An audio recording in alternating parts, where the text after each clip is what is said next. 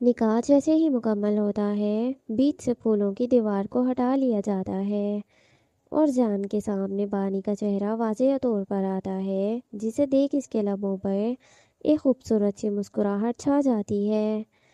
صرف جان کے لبوں پر ہی نہیں، وہاں موجود ہر ایک کے لبوں پر مسکراہٹ چھا جاتی ہے۔ سب کو اپنا وقت، اپنا نکاح یاد آ جاتا ہے۔ ایک دوسرے سے نظریں ملاتے ہوئے سب مسکراتی نظروں سے ایک دوسرے کو دیکھ رہے تھے۔ چلے، نکاح تو ہو گیا، اب اس کو اس کے کمرے میں لے جانے کا وقت ہو گیا ہے۔ امایا صوفے سے اٹھتی ہوئی اپنی فراک کو ٹھیک کرتے بلند آواز میں بولتی ہے، ارے ایسے کیسے؟ ابھی تو محفل سجنے کا وقت آیا ہے، ابھی تو محفل سجے گی، ماحول بنے گا، خوشیاں بٹیں گی اور نئی زندگی کا ویلکم ایک اچھے طریقے سے ہوگا اور ہماری کہانی کا اختتام بھی۔ مطلب کیسے؟ ادا بولتی ہوئی اپنی ساڑی کو ہاتھ میں پکڑے صوفے سے کھڑی ہوتی، ایک نظر امائے کے چہرے کی طرف دیکھتے ہوئے بولتی ہے اور بولنے کے بعد فوراً سے عباس کی جانب دیکھتی ہے، جو چھوٹی چھوٹی آنکھیں کیے ٹیڑھی نظروں سے اسے دیکھ رہا تھا۔ میوزک سے میری جان، اب باری ہے ایک آخری بار محفل لگانے کی۔ ادا خوشی سے بھرپور لہجے میں بولتی ہے کہ اس کی بات پر امائے بھی ایکسائٹیڈ ہوتی اس کے پاس اس کے برابر میں آ کھڑی ہوتی ہے۔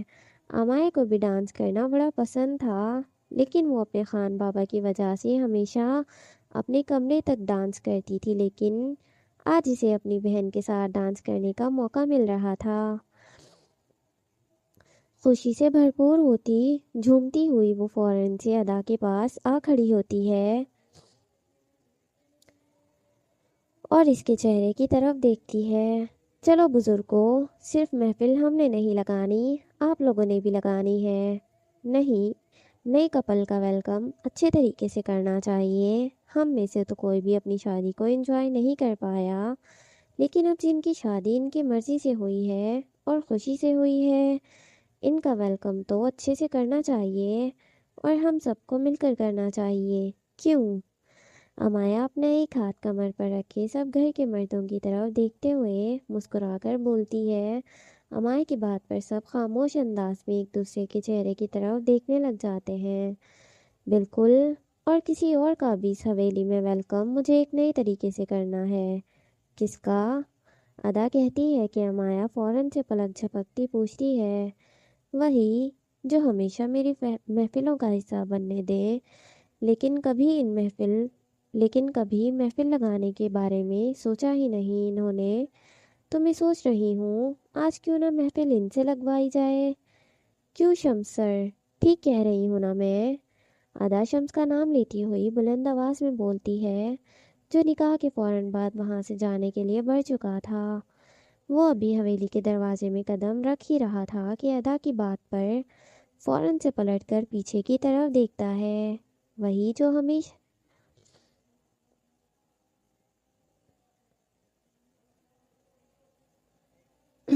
میں مجھ سے کچھ کہہ رہی ہو؟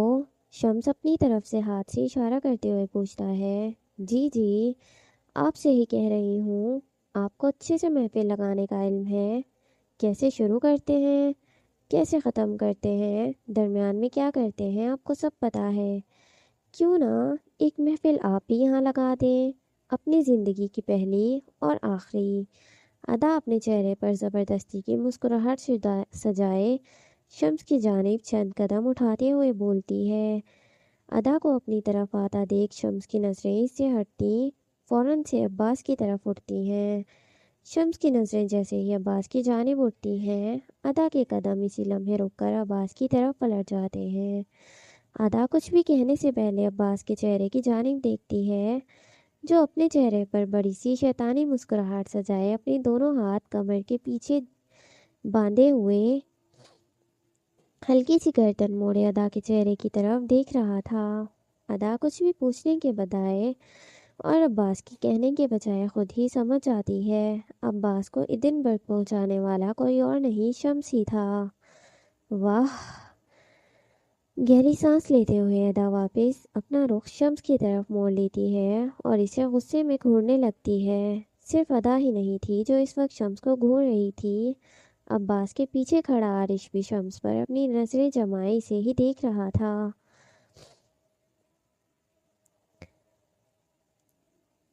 خان حویلی میں رات کے اس پہر سب لڑکیوں نے بھرپور ہلا گلا مچایا ہوا تھا۔